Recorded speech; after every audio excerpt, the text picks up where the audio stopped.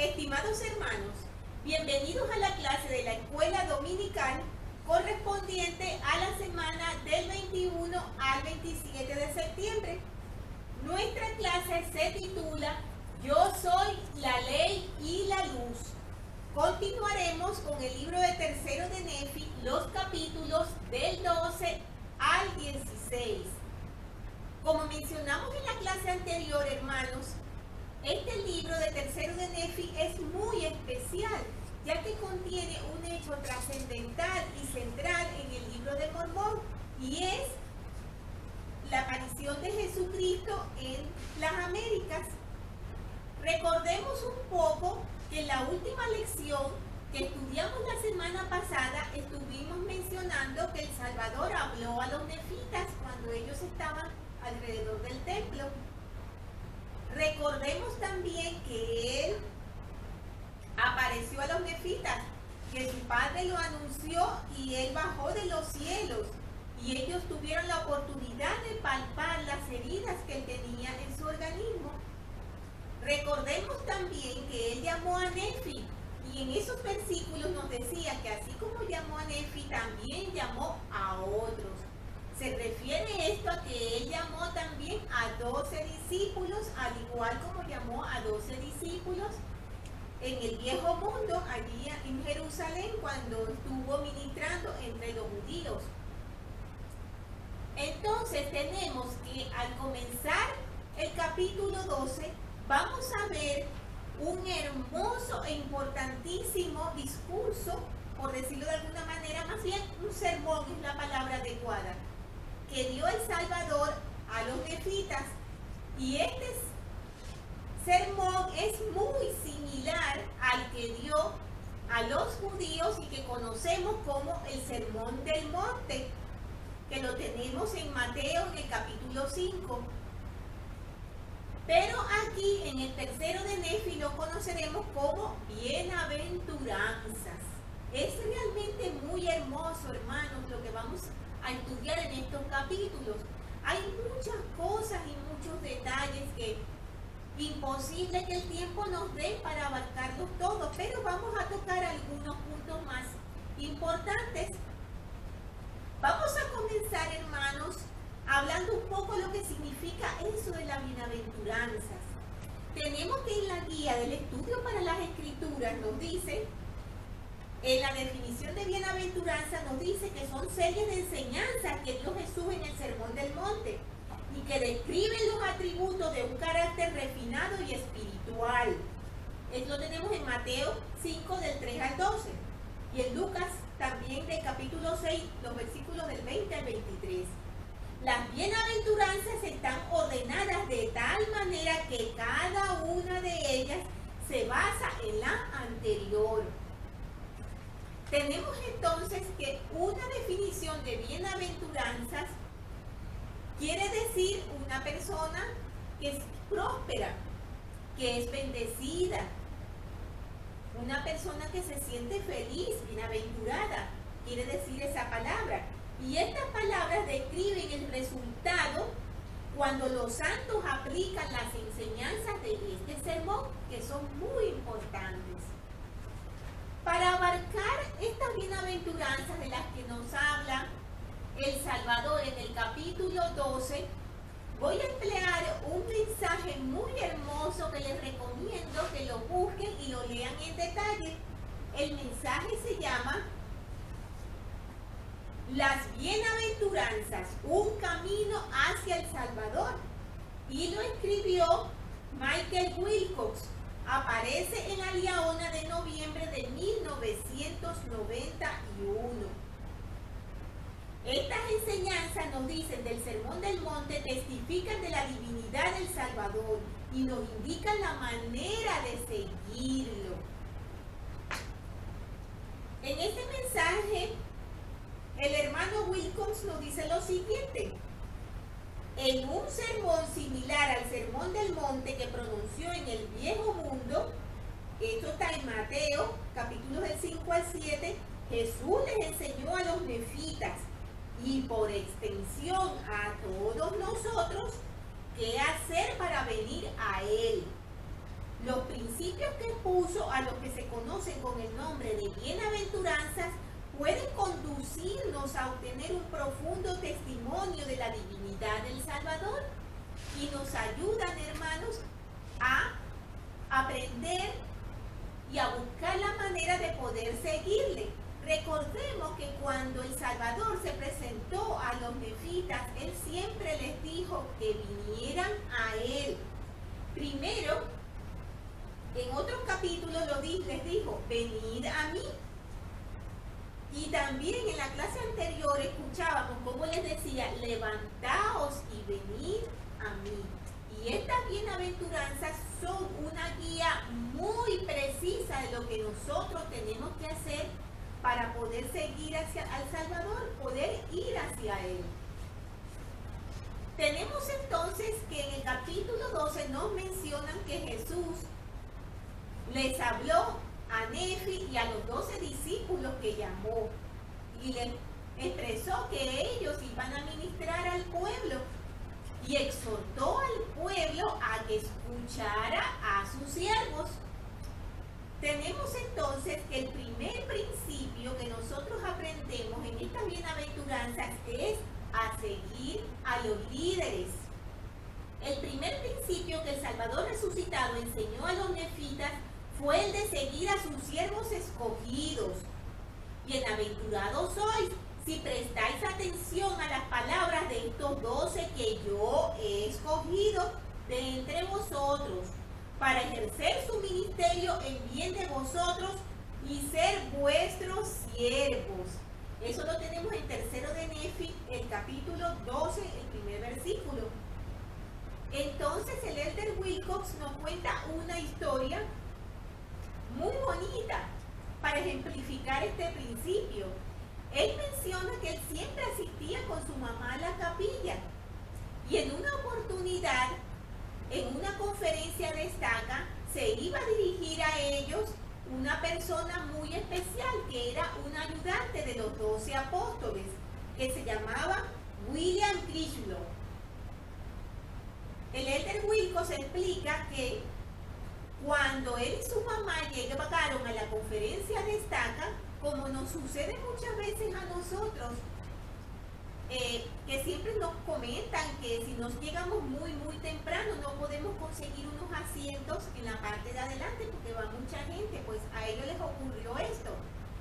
Cuando el hermano Wilcom y su madre llegaron a la conferencia destaca, ya todos los asientos de adelante estaban ocupados y a ellos les tocó muy detrás. Cuando el Elder William empezó a dirigirse a todos los hermanos, la mamá del hermano Wilcox se dio cuenta que su hijo estaba tratando de hacer un esfuerzo por poder ver al Elder William y no podía, porque era un niño de 12 años, no podía ver entre toda la gente que tenía delante. Entonces su madre le dijo, coge tu silla y llévala por el pasillo y la colocas justo al frente del púlpito donde el Elder William está hablando. Y el hermano Wilcox cogió su silla valientemente y fue y la llevó frente al Elder William. Podemos imaginarnos la impresión tan grande que se debió haber llevado este Elder al ver al hermano Wilcox allí sentado tan tranquilo frente de él con su silla. Y se dio el discurso, se dieron sus palabras. Entonces, el hermano Wilcox dice lo siguiente: no recuerdo todo lo que dijo, pero en cambio tengo presente que al oírlo hablar, sentí un espíritu especial que me decía, este es un hombre de Dios. Puedes confiar en lo que dice. Al finalizar la sesión se acercó a mí y me colocó una mano sobre el hombro. Sentí entonces una paz y una felicidad profundas. Y en aquel momento supe lo que significa ser bienaventurado. Esa experiencia de la adolescencia me enseñó que si escuchamos y obedecemos las palabras de las autoridades generales, nos encontraremos en camino a ser ciertamente bienaventurados en la presencia de Cristo. Qué felices seríamos todos si viniéramos a Cristo mediante la confianza y la obediencia a sus siervos. Fíjense, hermanos, qué experiencia tan bonita tuvo el hermano Wilcox siendo apenas un diácono. Esta experiencia que él tuvo escuchando al Elder Williams es una experiencia similar a la que nosotros podemos tener cada vez que tenemos la oportunidad de escuchar a nuestros líderes en la estaca, como pronto lo haremos en la conferencia de estaca que se hará. También cuando tenemos la maravillosa bendición de poder escuchar a nuestro profeta, vidente y revelador, el presidente Russell M. Nelson, y a la presidencia general, cuando se da la conferencia general, que será dentro de muy poco también, hermanos. Sigamos el ejemplo del hermano Wilcox y sentémonos atentos a escuchar lo que ellos van a decirnos, recordando siempre, hermanos, que son siervos del Señor, escogidos por Él, y que somos bienaventurados de tener la oportunidad de poder escucharles y tener esa luz y esa guía en nuestro camino. Continuando entonces con los principios que se enseñaron en las bienaventuranzas, tenemos la humildad y el bautismo. En la bienaventuranza siguiente, el Salvador enseñó a los nefitas este otro principio: benditos son los que desciendan a lo profundo de la humildad y sean bautizados, porque serán visitados con fuego y con el Espíritu Santo, y recibirán una remisión de sus pecados. Al ser bautizados y después al tomar la Santa Cena, venimos a Cristo, cuando hacemos con Él el convenio de tomar su nombre sobre nosotros. Una vez en que el presidente George Albert Smith estuvo muy enfermo, él tuvo una experiencia muy especial, hermanos. Él perdió el conocimiento y llegó a pensar que estaba muerto. Esa experiencia la relatamos en otras clases, pero voy a repetirla porque ejemplifica muy bien este principio del que hemos hablado. El presidente George Albert Smith cuenta que cuando él perdió el conocimiento, él se vio ubicado en un paisaje bonito, en un bosque. Mencionaba que había un lago y que él veía un camino. Él comenzó a transitar por ese camino y de repente vio un hombre muy grande y fuerte que venía hacia él.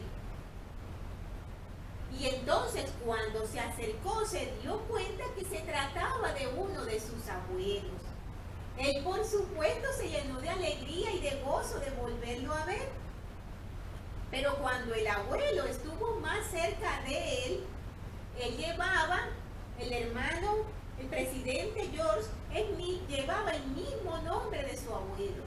Y cuando el abuelo estaba allá frente a él, con una mirada muy penetrante le dijo: ¿qué has hecho con mi nombre? El presidente Smith dice que cuando su abuelo le dijo eso, por su mente pasó toda una película rápida de toda su vida prácticamente y de todo lo que había hecho. Y cuando esa película pasó en su mente, él con una sonrisa en sus labios y una paz muy grande en su corazón le dijo: abuelo, no he hecho nada con tu nombre de lo que puedas avergonzarte. Y entonces su abuelo con un gran amor le abrazó. Fue una experiencia maravillosa y hermosa, hermanos. Entonces, el hermano Wilcox nos dice: algún día cada uno de nosotros se encontrará frente al Salvador y quizás tenga anhelo de abrazarlo. Me lo imagino diciéndolos entonces: cuando te bautizaste, tomaste sobre ti mi nombre. ¿Qué has hecho con él? Debemos esforzarnos por vivir de tal manera que podamos responderle: nunca he hecho con tu nombre nada que pudiera avergonzarte. Un hermoso principio, hermanos. Tenemos también que en la siguiente bienaventuranza nos hablan también de los pobres de espíritu.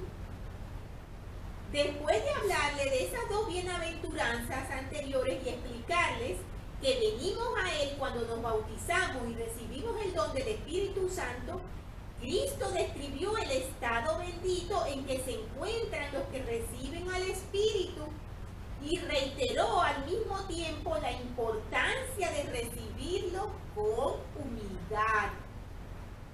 Y decía: bienaventurados los pobres de espíritu que vienen a mí, porque de ellos es el reino de los cielos.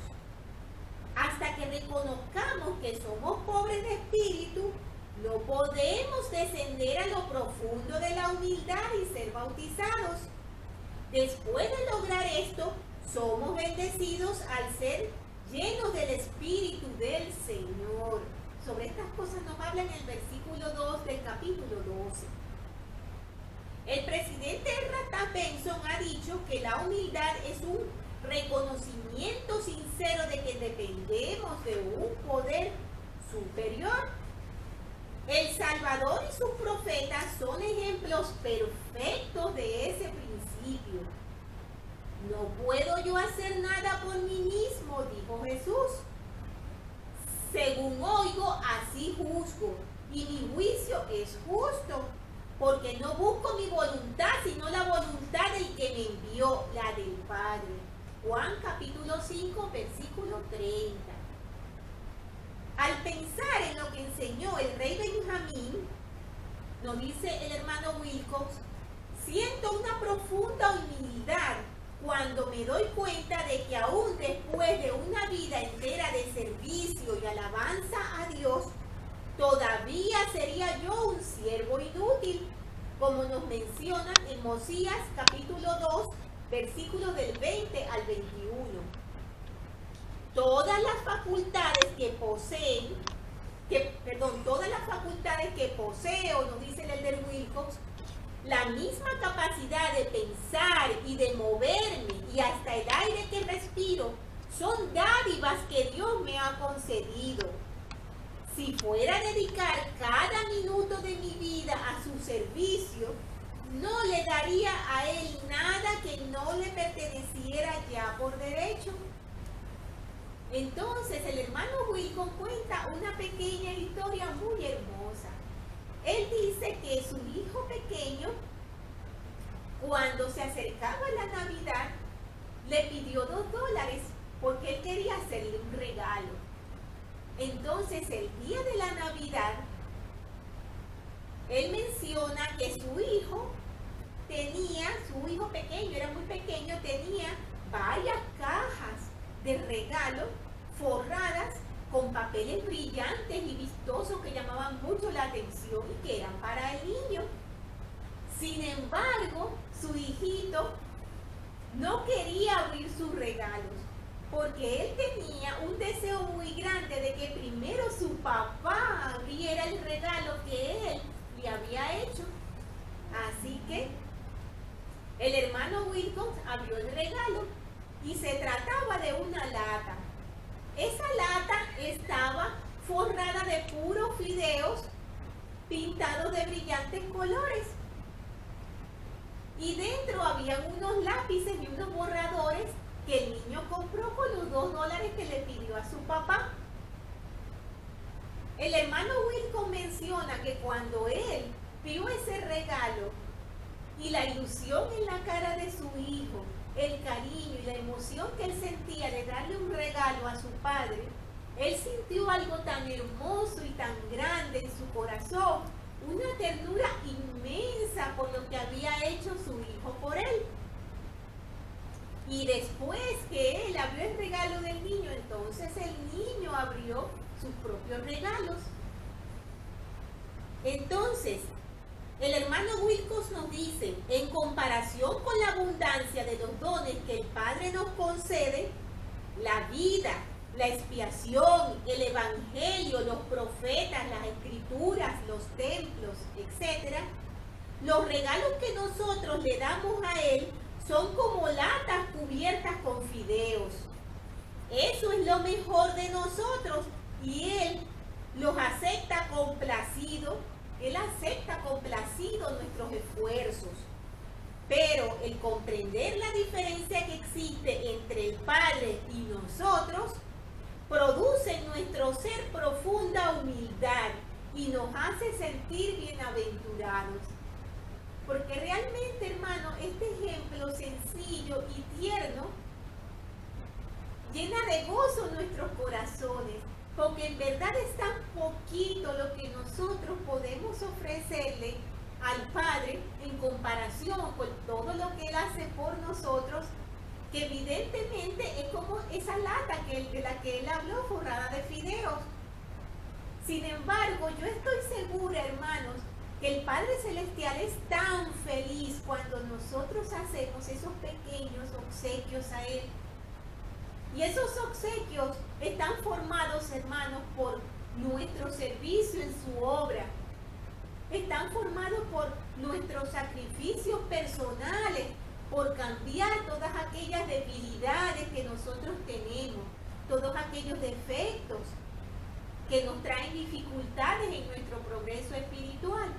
Cada logro que nosotros hacemos espiritualmente, hermanos, por muy pequeño que sea, el Padre Celestial lo celebra grandemente y siente la misma emoción y el mismo amor y la misma ternura que mencionaba el hermano Wilcox que sentía por el regalo de su hijo. Entonces, esto es realmente un principio muy hermoso para meditarlo y guardarlo en nuestros corazones. Tenemos siguientemente que la bienaventuranza siguiente habla de los que lloran y dice, y además bienaventurados todos los que lloran porque ellos serán consolados. Creo que he llegado a comprender mucho mejor esta bienaventuranza desde que soy obispo. Los obispos vemos correr muchas lágrimas, lágrimas de culpabilidad que se derraman durante una confesión, lágrimas de pesar ante la muerte de un ser querido, lágrimas de aquellos cuya familia entera no es miembro de la iglesia o no es activa y anhelan las bendiciones del templo para todos, lágrimas de los padres que lloran por un hijo extraviado, lágrimas cansadas por los dolores que nos produce un cuerpo avejentado y gastado. He descubierto que el pañuelo es un artículo indispensable para un obispo. Pero aunque podamos secar las lágrimas de las mejillas de nuestros hermanos, otra cosa es tratar de sanar la aflicción del alma. He hallado consuelo en una promesa que se encuentra en la revelación de Juan y que dice: enjuagará Dios toda lágrima de los ojos de ellos, y ya no habrá muerte, ni habrá más llanto, ni clamor, ni dolor. Eso lo tenemos en Apocalipsis 21:4. Jesús dijo: yo soy principio y fin. Apocalipsis 1:8. En Él se encuentra el fin de la aflicción y el fin de la culpa. Él es el fin del dolor, de la muerte, del sufrimiento, del pecado y de las lágrimas. Él es el principio del gozo, de la vida y de la paz.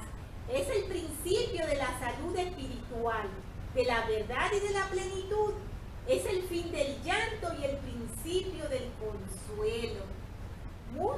Unas palabras muy hermosas, hermanos. Tenemos también, con respecto a estos que lloran, que el elder Spencer Cody de los 70 explicó la forma en que se puede considerar que las bienaventuranzas tienen un orden progresivo.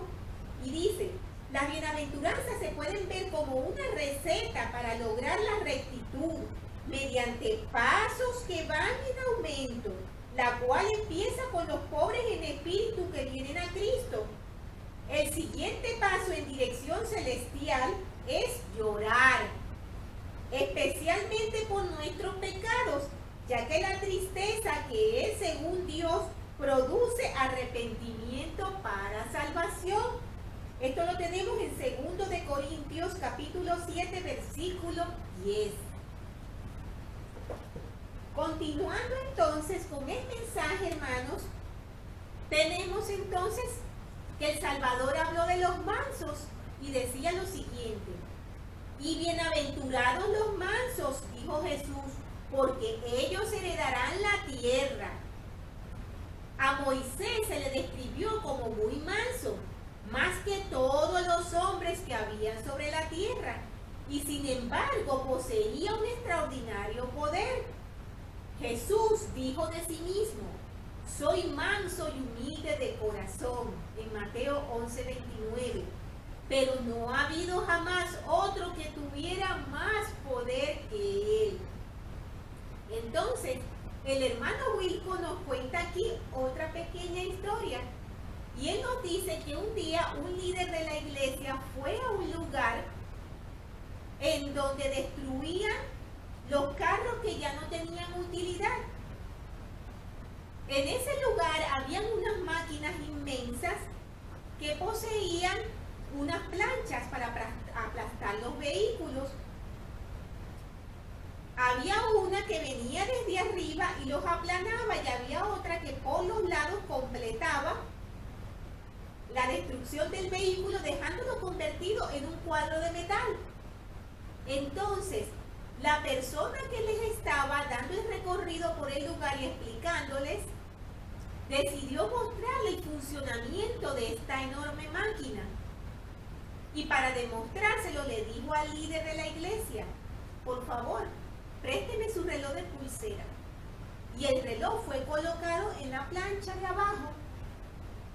Entonces, a través de los controles de la máquina, este hombre comenzó a bajar la enorme plancha, la cual se detuvo a escasos milímetros del reloj del líder de la iglesia. Luego activó las otras planchas de los lados también, las cuales volvieron a detenerse a escasos milímetros del reloj. Luego sacó el reloj y se lo entregó al líder de la iglesia, diciéndole: no tiene absolutamente ningún daño. Y así era, el reloj estaba intacto tal cual como se lo habían entregado. Entonces el hermano Wilcox nos dice lo siguiente: muy complacido con la demostración, el líder se volvió a los que lo rodeaban y les dijo: acabamos de observar la demostración más grande de mansedumbre que haya visto en mi vida. La mansedumbre es un gran poder que se halla bajo absoluto control. Muchas veces, hermanos, con la mansedumbre, las personas tienden a pensar que cuando un ser humano es manso es porque es tonto, es porque es débil, es porque no tiene carácter, es porque no tiene fortaleza. Y es todo lo contrario. Vamos a leer unas palabras que el presidente Kimball expresó acerca de esta parte de las bienaventuranzas que se refiere a los mansos. Y dijo: la mansedumbre no es debilidad. Si el Señor fue manso y modesto y humilde, entonces para llegar a ser humildes debemos hacer lo que hizo Él. Al denunciar con valentía el mal, al hacer avanzar osadamente las obras de justicia, al enfrentar de forma valerosa cada problema, al llegar a ser dueño de sí mismo y de las situaciones que lo rodeaban, y al ser casi ajeno a recibir cualquier crédito personal. La humildad no es pretenciosa, impertinente ni orgullosa. Tampoco es débil, irresoluta o servil. Las palabras humilde y manso propiamente sugieren virtudes no flaquezas. Dan a entender un temperamento constantemente tranquilo y una ausencia de ira y pasión. No es servil, ni sumisa, ni tampoco se intimida ni atemoriza. ¿Cómo se vuelve uno humilde? Para mí se debe recordar constantemente la dependencia que se tiene. ¿Dependencia con respecto a quién? Al Señor. ¿Cómo recordarlo? Mediante la oración real, constante de adoración y de gratitud. Importantes palabras, hermanos, que nos dan a entender lo que significa verdaderamente este principio de ser mansos. Continuando entonces con las bienaventuranzas también, venía una que mencionaba a los que padecen hambre y sed de justicia. Y decía, bienaventurados todos los que padecen hambre y sed de justicia, porque ellos serán llenos del Espíritu Santo. Esto lo tenemos en tercero de Nefi, en el capítulo 12, el versículo 6. ¿Cuál es la justicia por la cual el hombre padece hambre y sed? Y que al satisfacerse causa felicidad. Ley y Nefi vieron en una visión el árbol de la vida, cuyo fruto era deseable para hacer a uno feliz. Cada una de las palabras con que se describe el fruto, dulce, blanco, bello, precioso, preferible, deseable, de gozo, se emplea como término comparativo. El fruto no es solamente dulce, sino que es de lo más dulce, superior a todo. Su blancura excede toda blancura, es preferible a todos los demás. Su belleza sobrepuja a toda otra belleza, es más precioso que todos y el de mayor gozo para el alma. Cuando algunos de sus discípulos se alejaron de él, Jesús les preguntó a los 12, ¿queréis acaso iros también vosotros? Y Pedro le respondió, Señor, ¿a quién iremos? Tú tienes palabras de vida eterna. Juan capítulo 6, versículos del 67 al 68. Venimos a Cristo cuando llegamos a comprender, como Pedro, que nada puede satisfacernos ni brindarnos la felicidad como el árbol de la vida y como la fuente de aguas vivas que nos ofrece el Salvador. La siguiente bienaventuranza, hermanos, se refiere a los misericordiosos y dice, y bienaventurados los misericordiosos porque ellos alcanzarán misericordia. La misericordia es la cualidad que el alma necesita para poder perdonar. Los que perdonan a los demás recibirán el perdón por las ofensas que ellos causen. El reconocer nuestros propios defectos nos ayuda a sentir misericordia hacia otras personas. Y entonces cuenta una pequeña historia de nuevo y habla que un hermano llamado Jesse Crosby relató una experiencia que tuvo con una hermana. Esto fue hacia la época del profeta José Smith.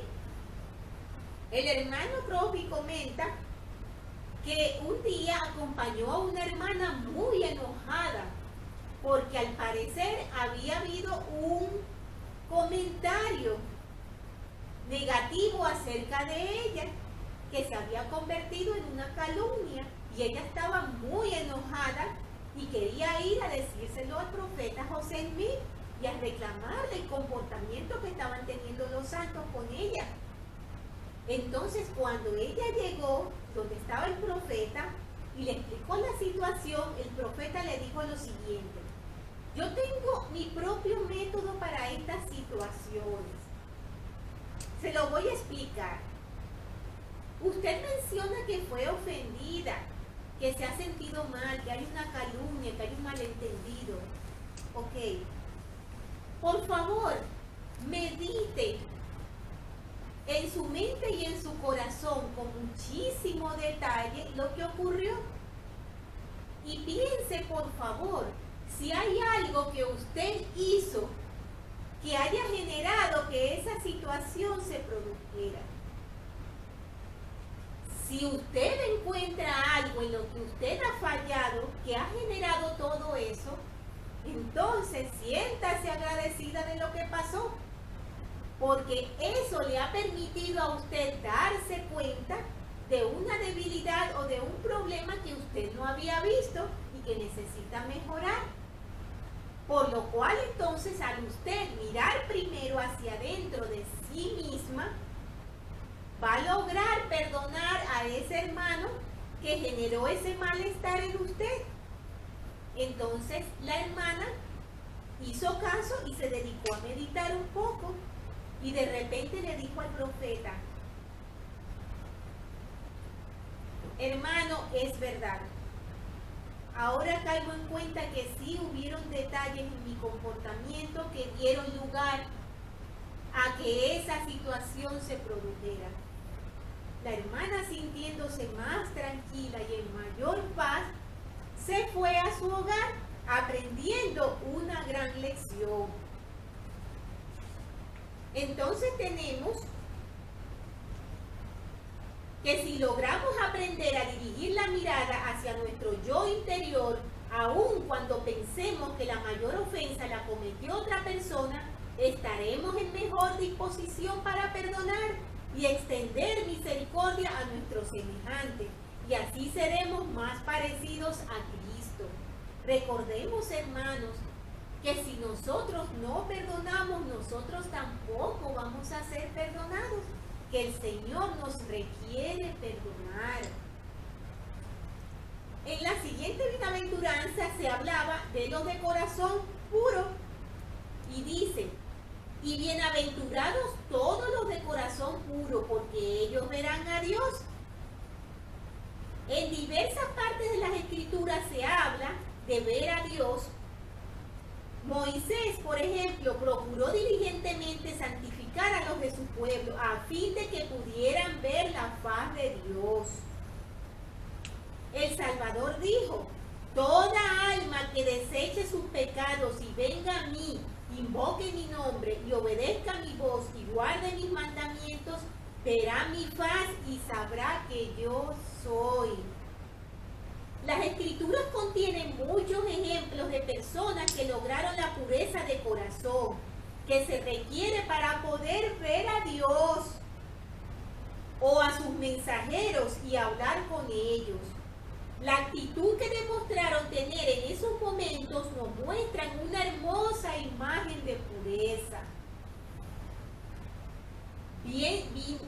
Yendo por el camino cerca de Damasco, Pablo preguntó: Señor, ¿qué quieres que yo haga? Esto fue en Hechos capítulo 9, versículo 6. Otro ejemplo: el pequeño Samuel, dirigido por Elí, dijo: habla, porque tu siervo oye. Primero de Samuel 3:10. Nefi afirmó: iré y haré lo que el Señor ha mandado, y debo obedecer. Y María le dijo al ángel: he aquí la sierva del Señor, hágase conmigo conforme a tu palabra. Todas esas declaraciones tienen ciertas características comunes: la actitud de obediencia, la pureza que las motivaba y el deseo de hacer la voluntad del Señor. La única mira de esas personas es glorificar a Dios y hacer su voluntad. Siguientemente nos hablan de los pacificadores y dice: bienaventurados todos los pacificadores, porque ellos serán llamados hijos de Dios. A fin de saber ser pacificador, es necesario comprender qué es lo que brinda la paz. Pablo explicó que el fruto del Espíritu es amor, paz, paciencia, benignidad, bondad, fe. Esto lo tenemos en Gálatas 5:22. Donde esté el Espíritu del Señor hay paz. El pacificador invita al Espíritu y éste brinda la paz. tenemos una pequeña historia y dice, el presidente Herbert J. Grant contó de dos hombres de negocios muy enojados también, que fueron a ver al presidente John Taylor, porque quería que el presidente John Taylor resolviera las diferencias que tenían ellos dos, y llegaron muy enojados a la presencia del presidente Taylor. Nos comentan aquí que el presidente John Taylor tenía una voz maravillosa para el canto. Y entonces cuando vio lo enojados que estaban los hermanos, les ofreció cantar un himno antes de comenzar a escuchar su historia, sus dificultades. Y los hermanos dijeron, está bien. Y el presidente Taylor cantó uno de los himnos.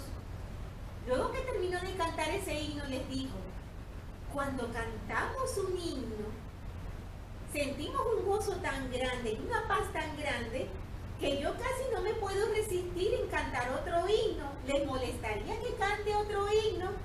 Y volvió a cantar otro himno. Y después de ese himno cantó dos más. Entonces, nos dice que cuando terminó, los dos hermanos, conmovidos hasta las lágrimas, se levantaron, se estrecharon la mano y le pidieron disculpas al presidente por abusar de su tiempo. Luego salieron de allí sin que él se hubiera enterado siquiera de cuáles eran sus problemas.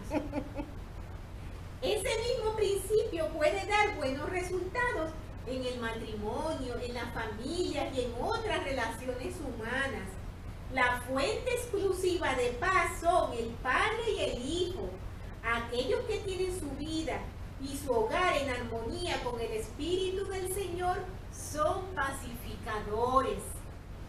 Y cuando nos enseñamos los unos a los otros el plan de salvación del Señor y lo damos a conocer al mundo, nos convertimos en pacificadores y en hijos de el fundador de la paz. Sí, el Señor que ha redimido a su pueblo.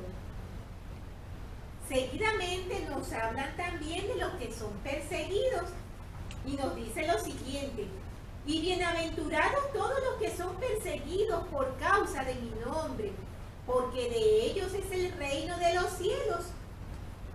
Cuando escuchamos estas palabras, hermanos, conociendo esas historias y esas aflicciones por las que pasaron los pioneros, nuestro profeta José Smith, quizás podemos pensar y que nos cueste entender, pero ¿cómo puede hacernos felices sufrir persecuciones cuando eso genera un sufrimiento tan grande? Quizás ese estado provenga de una actitud similar a la que los profetas tenían al ser perseguidos. Por ejemplo, José Smith describió el efecto que la persecución había tenido en él y dijo lo siguiente: soy como una enorme piedra áspera que viene rodando desde lo alto de la montaña, y la única manera en que puedo pulirme es cuando una de las orillas de la piedra se alisa al frotarse con otra cosa, como cuando pega fuertemente contra la intolerancia religiosa, se topa con las supercherías de los sacerdotes, abogados, doctores, editores, mentirosos, jueces y jurados sobornados, y choca contra la autoridad de oficiales perjuros, respaldados por los populachos, por los blasfemos y por hombres y mujeres licenciosos y corruptos. Todo este coro infernal le allana esta esperanza, esta aspereza acá y esta otra más allá, y así llegaré a ser dardo pulido y terso en la aljaba del Todopoderoso. Esto lo tenemos en las enseñanzas del profeta José Smith. El profeta se daba cuenta de que la oposición y la persecución refinan y pulen el carácter de las personas. Santiago dijo que la prueba de vuestra fe produce paciencia. La paciencia se obtiene al darse cuenta de que todas las cosas por las que pasemos nos darán experiencia y nos ayudarán a resolver nuestro corazón, nos ayudarán a volver nuestro corazón hacia Cristo. Tenemos también, hermanos, que allí, posteriormente de estas bienaventuranzas, también el Salvador menciona algo. Habla sobre la sal de la tierra, sobre que somos la sal de la tierra. Vamos a leer un poco acerca de lo que significa este principio de la sal de la tierra. Tenemos que el relato del libro de Mormón indica que ser la sal de la tierra es una meta a la que deben aspirar los miembros de la iglesia. En los rituales de los sacrificios mosaicos, la sal servía de recordatorio de que debíamos tener presentes y preservar nuestros convenios con Dios. Esto lo tenemos en Números 18, 19 y en Segundo de Crónicas 13, 5. De modo parecido, los santos deben ayudar a restaurar y perseverar y preservar los convenios en estos últimos días. En Doctrinas y Convenios 101, del 39 al 40, nos explica lo que uno debe hacer para ser considerado la sal de la tierra. Ser considerado la sal de la tierra conlleva un significado muy importante. Mientras servía como miembro de la presidencia de los 70, el elder Carlos E. Asay explicó esto a los poseedores del sacerdocio. Cuando los hombres son llamados a mi evangelio eterno y pactan con un convenio sempiterno, se les considera como la sal de la tierra y el sabor de los hombres. Son llamados para ser el sabor de los hombres. El término sabor denota gusto, sazón, agradable, cualidad interesante y muy estimada. Un químico mundialmente famoso me dijo que la sal no pierde su sabor con el paso del tiempo, sino que lo pierde solo cuando se mezcla y contamina. De igual manera, el poder del sacerdocio no se disipa con el paso del tiempo, sino que también se pierde cuando se mezcla y se contamina. El sabor y la virtud se apartan del hombre que contamina su mente con pensamientos impuros que profanan su boca al no ser totalmente verídico, que hace mal uso de su fuerza en actos inicuos. Quisiera ofrecerles unas pautas sencillas, especialmente a los hombres jóvenes, como medio para que preserven el sabor de la sal. Si no es limpio, no lo piensen. Si no es verdadero, no lo digan. Si no es bueno, no lo hagan. Esto se refiere a un mensaje que se llama las meditaciones de Marco Aurelius. Tenemos allí entonces, hermanos, el significado de lo que es ser la sal de la tierra, que no es que signifique que nosotros somos el alma de las fiestas, sino que somos la sal de la tierra en el sentido espiritual, de poder llevar el evangelio del Señor en rectitud, de poder ser un ejemplo para las otras personas. Tenemos consiguientemente que también el Salvador habló de que somos una luz para todo el mundo. Si vivimos de la manera que el Salvador describe en esos versículos, tendremos el potencial de ser una luz para los demás. Os doy a vosotros ser la luz de este pueblo, dijo Jesús, en 3 de Nefi 12:14. Los que nos rodean en el mundo deben ver el estado bendito que produce ese tipo de vida. No solo deben ver nuestras buenas obras, sino también el gozo que éstas dan. Y deben ver que si vienen a Cristo, ellos también van a poder obtener esa misma felicidad. No solamente se trata, hermanos, de hacer buenas obras y de que nos vean y digan, cuántas obras buenas hace la hermana, cuántos libros estudia para dar la clase. No se trata de ver esas cosas solamente y de ofrecer el servicio o de hacer obras. Se trata de que las personas vean que cuando nosotros hacemos todas estas cosas, somos felices y vivimos el Evangelio en nuestras vidas, para que ellos, observando eso, también quieran venir y conocer el Evangelio y venir a Cristo.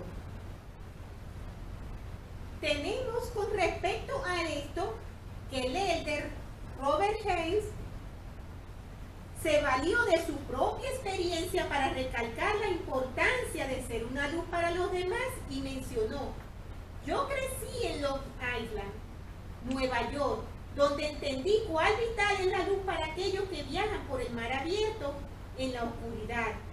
Cuán peligroso es el faro que falla, cuán devastador es el faro cuya luz no funciona.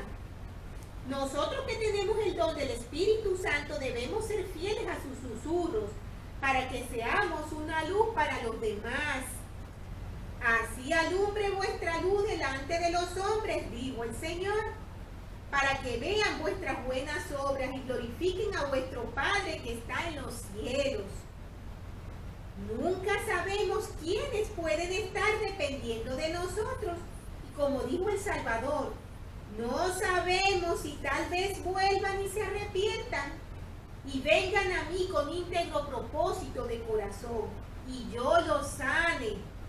Y vosotros seréis el medio de traerles la salvación. Por lo cual, hermanos, es muy importante que tengamos claro esa luz que nosotros debemos llevar al mundo, que tengamos claro que nuestra actitud, nuestra forma de vivir es una luz que puede iluminar a otras personas y que así como las ilumina, si nosotros damos un mal ejemplo, es como si ese faro que mencionaba el presidente Eyring se apagara o fallara, haciendo que las personas se pierdan y se desvíen. Y todos sabemos el valor que tienen las almas para nuestro Padre Celestial y lo terrible que es que hagamos que uno de sus hijos se desvíe por causa nuestra. Continuando entonces también con el mensaje, tenemos que habla también el Salvador de un corazón quebrantado. Jesús termina esta parte de su sermón a los nefitas repitiéndoles la invitación de venir a Él y les dice: os he dado la ley y los mandamientos de mi Padre, de que creáis en mí, que os arrepintáis de vuestros pecados y vengáis a mí con un corazón quebrantado y un espíritu contrito. Muchas veces he meditado sobre lo que significa tener el corazón quebrantado. Él menciona que cuando era niño, él tenía un tío que domaba caballos y a él le gustaba ayudarle. Él recuerda que su tío colocaba en la cabeza de los caballos algo que les cubría la cabeza en parte, que se llama cabastro de cuero. Y a ese cabastro le ataban una cuerda muy gruesa y luego esa cuerda la ataban a un poste muy bien enterrado y muy fuerte y allí dejaban el caballo. Él menciona que por días el caballo luchaba y luchaba por soltarse, por librarse de lo que le habían colocado, pero muchas veces lo que se ocasionaba era daño, tratando de quitar lo que tenía en la cabeza y la cuerda. Entonces menciona que gradualmente ellos se iban acercando al caballo poco a poco. Y entonces, en la medida de que el caballo se iba dejando a que ellos se les acercara poco a poco, su tío consideraba que ya el caballo estaba listo y domado cuando él podía tener esa cuerda en su mano, sin apenas cerrarla, y caminaba hacia adelante del caballo y el caballo le seguía. Entonces nos dice que esta historia ejemplifica que si tenemos el corazón quebrantado, somos criaturas domadas en las manos del Señor. ¿Por qué habríamos de vacilar en seguir al Señor a donde Él nos guíe, sabiendo el precio que pagó por nosotros, solo por el amor que nos tiene? ¿Por qué habríamos de desear sacar de sus manos la cuerda de nuestra vida? Entonces, Él termina su mensaje hablando de cómo venir a Cristo, y Él dice que en una oportunidad fue con su pequeña hija al templo, a la manzana del templo que se encuentra en Salt Lake City, en el estado de Utah. Y Él dice que ella le demostró cómo ir a Cristo. Cuando ellos entraron y ella vio la estatua que representaba a Jesucristo, enseguida con una gran ilusión y emoción en su carita, le dijo a su papá: es Jesucristo, y se soltó de su mano, y con todo lo rápido que le daban sus pequeñas piernitas, se fue hacia la estatua de Jesucristo. Y Él dice que el Salvador mismo dijo: al que se arrepiente y viniera a mí como un niño, yo lo recibiré, porque de tal es el reino de Dios. He aquí, por estos he dado mi vida y la he vuelto a tomar. Así pues, arrepentíos y venid a mí, vosotros extremos de la tierra, y sed salvos. Una tierna manera de ver el amor hacia Jesucristo, que ejemplifica un niño pequeño, hermano. Muchas veces el Salvador nos ha dicho que debemos ser como niños para poder entrar en el reino de los cielos. Tenemos entonces que subsiguientemente, ya en los capítulos 13, Él les habló de algo muy importante, hermanos, y es del servicio, de la manera como nosotros servimos. Él habló del servicio, de la oración, de la manera en que nosotros hacemos las cosas, la actitud que nosotros ponemos en lo que es sagrado. Y Él les dijo: en verdad os digo, quisiera que diesen limosnas a los pobres, mas guardaos de dar. Un momento que se me perdió la escritura. Muy bien. Mas guardaos de dar vuestras limosnas delante de los hombres, para ser vistos de ellos. De otra manera ningún galardón tenéis de vuestro Padre que está en los cielos. Asimismo habló de la oración, y Él mencionaba que cuando oremos tenemos que hacerlo con el Señor, y no para que otros nos vean como hacían los fariseos. Él recomienda encerrarnos en nuestros aposentos y allí orar al Señor con todo nuestro corazón, y no hacerlo a la vista de los demás para que los demás digan: mira cómo ora, mira que fervientemente lo hace, porque eso no está bien, hermanos. Él habló de la manera como debía orar, y también de lo importante que es perdonar a nuestros hermanos sus ofensas, si queremos que nuestro Padre Celestial nos perdone las nuestras. Con respecto a este aspecto del servicio desinteresado, hermano, y de la actitud que nosotros tenemos cuando hacemos todas estas cosas sagradas, como el ayuno, también Él advirtió de eso, de llevar en nuestro aspecto todo lo que es un ayuno, representando que es un gran sacrificio para nosotros. Él dijo que eso no estaba bien. Al contrario, debemos mostrar nuestra mejor actitud y nuestra mejor cara. El Señor es quien debe saber que estamos ayunando. Tenemos que el presidente Thomas S. Monson habló muy seriamente de estos aspectos y dijo acerca de no hacer las obras de rectitud en público. El tercero de Nefi enseña que se debe evitar dar dinero a los pobres en público, ayunar y orar en público para ser vistos por los demás. El Señor nos alienta a ejercer la rectitud en lo secreto. El presidente Thomas S. Monson Monson explicó el valor de prestar servicio anónimo. Y él cuenta que en una oportunidad él llegó a un hospital muy grande. Cuando se acercó al mostrador, él vio una placa bastante grande de agradecimiento que señalaba que personas habían ayudado a que ese hospital fuera así de grande y de amplio con sus aportaciones, que habían sido de cientos de miles de dólares. Él dice que debajo de esa gran placa habían otras más pequeñas que colgaban de unas cadenitas doradas muy brillantes. Y allí estaban los nombres de quienes habían aportado al hospital. Eran personas famosas, menciona él, industriales, gente muy conocida. Pero a él le llamó poderosamente la atención una pequeña de esas placas, porque lo único que decía esa placa era anónimo. Él menciona que sonreí y me pregunté, ¿quién sería ese benefactor desconocido? De seguro que dicha persona habría experimentado un callado gozo desconocido para los demás. También menciona que en una oportunidad, un año antes del invierno pasado, para esa época del mensaje, él menciona que un moderno avión jet de pasajeros se precipitó pocos minutos después de levantar el vuelo en las congeladas aguas del río Potomac.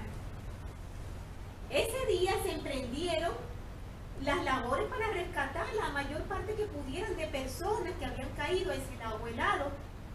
Esas condiciones son de muy difícil sobrevivencia. Sin embargo, el helicóptero comenzó a lanzar una cuerda y esa cuerda caía sobre un hombre. Y ese hombre, en lugar de coger la cuerda y subir al helicóptero, empezó a atársela a la cintura de las personas que tenía alrededor. De tal forma que se salvaron 5 personas en total. Y entre ellas no estaba ese héroe anónimo que salvó a todas esas personas.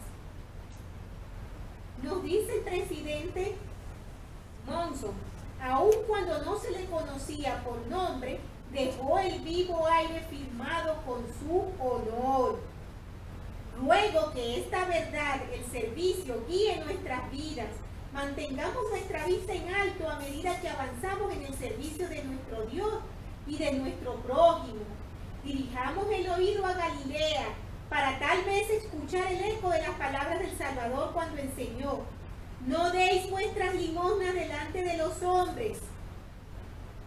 Mateo 6:1. No sepa tu izquierda lo que hace tu derecha.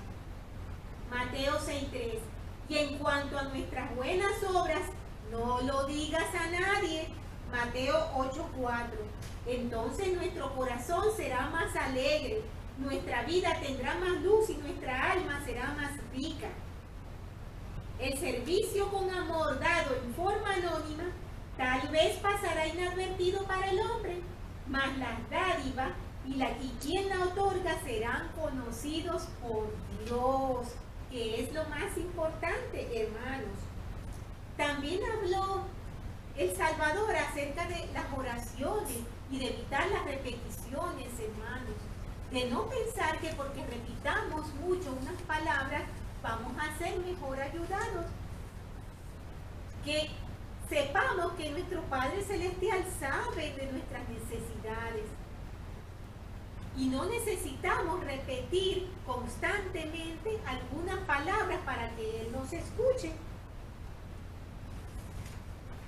Tenemos también con respecto a eso que también nos habló de no acumular tesoros en la tierra, donde se corrompen y se estropean, hermanos, y donde los ladrones pueden llevárselo.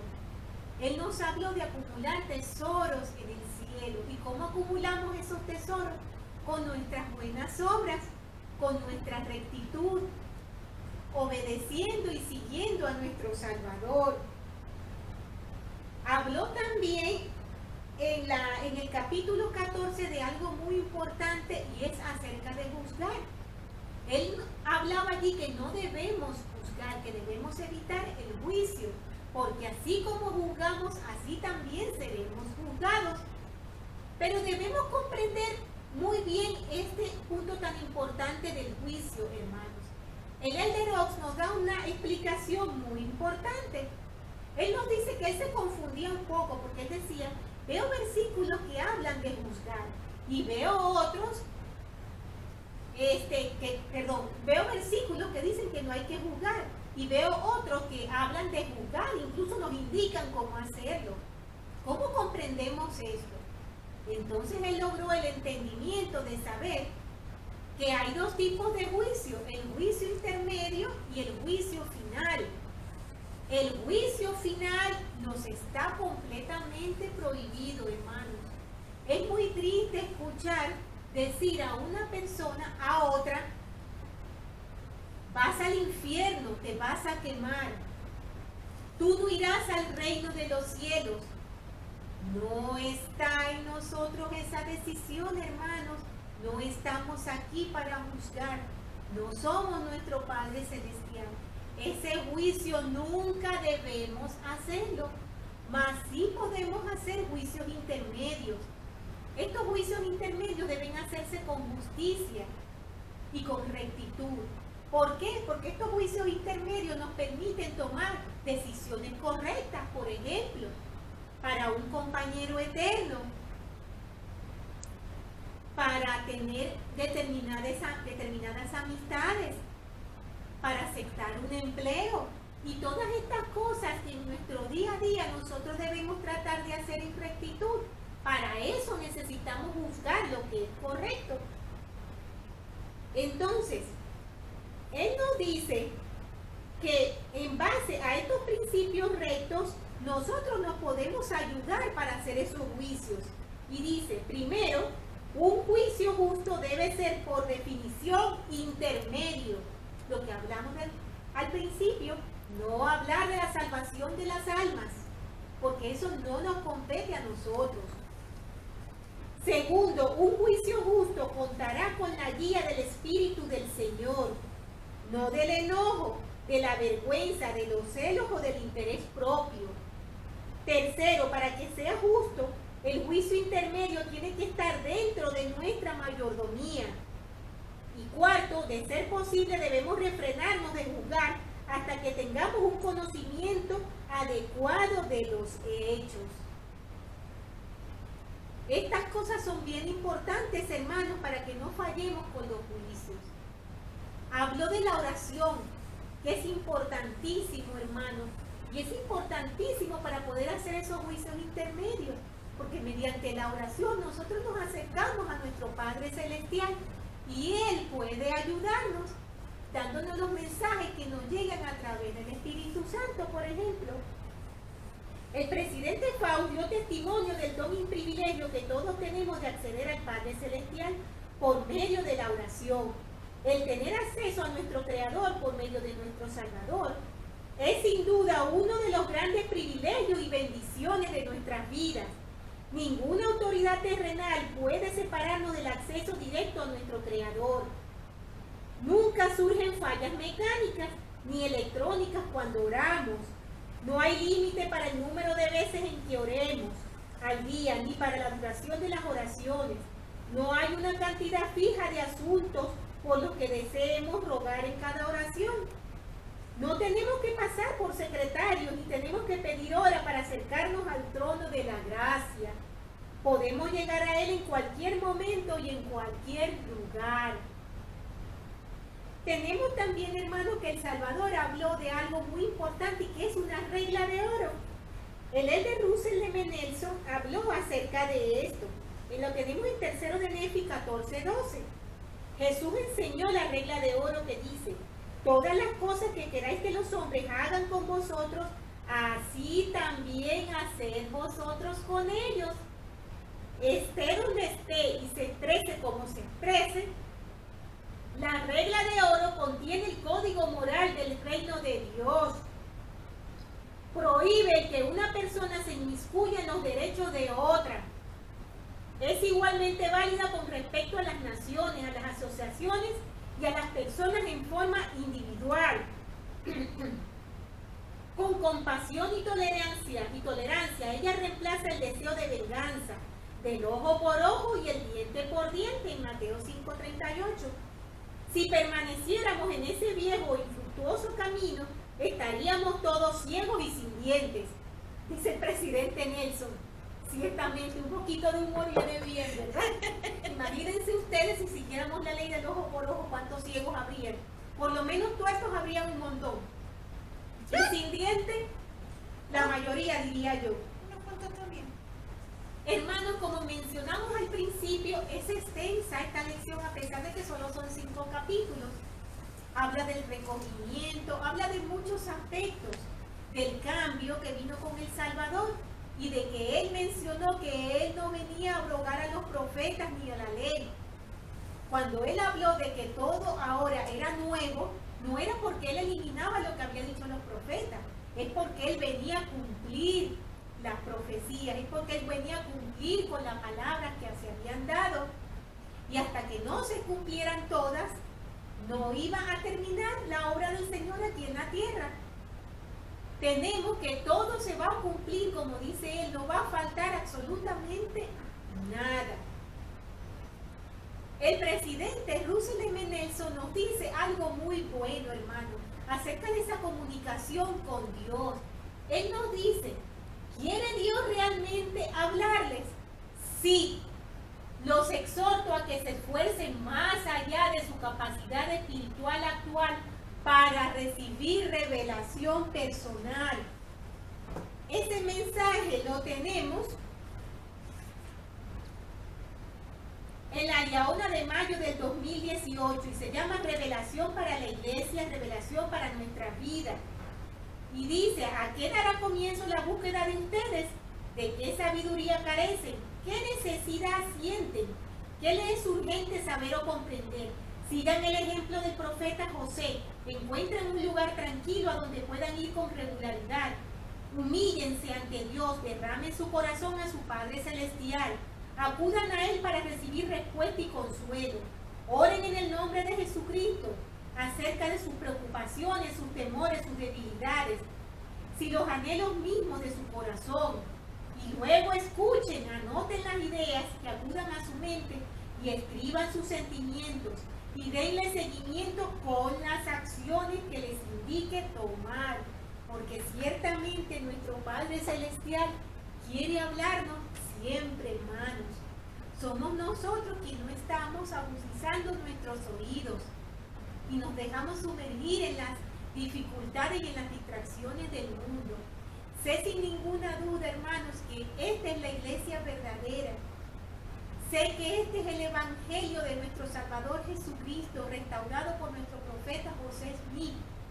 Yo sé que mi Salvador vive, sé que mi Padre Celestial vive, que nos ama infinitamente, que preparan la vía constantemente para que nosotros volvamos a Él. Sé que el libro de Mormón es verdadero. Sé sin ninguna duda que tenemos un profeta, un vidente y un revelador y que somos bienaventurados de tenerlo aquí en la tierra, en esta dispensación, que somos bienaventurados de poder escuchar su guía, de poder ver su luz, de poder atender a sus advertencias. Sé sin ninguna duda, hermano, que todas estas cosas que hemos hablado y que aparecen en el libro de Mormón son verdaderas. Y dejo todas estas cosas con mucho amor y humildad en el sagrado nombre de Jesucristo. Amén. Por favor, hermanos, lean la siguiente lección que se llama He aquí, es completo mi gozo. Tercero de Nefi, capítulo del 17 al 19. Que tengan, hermanos, una estupenda semana y un abrazo muy grande para todos.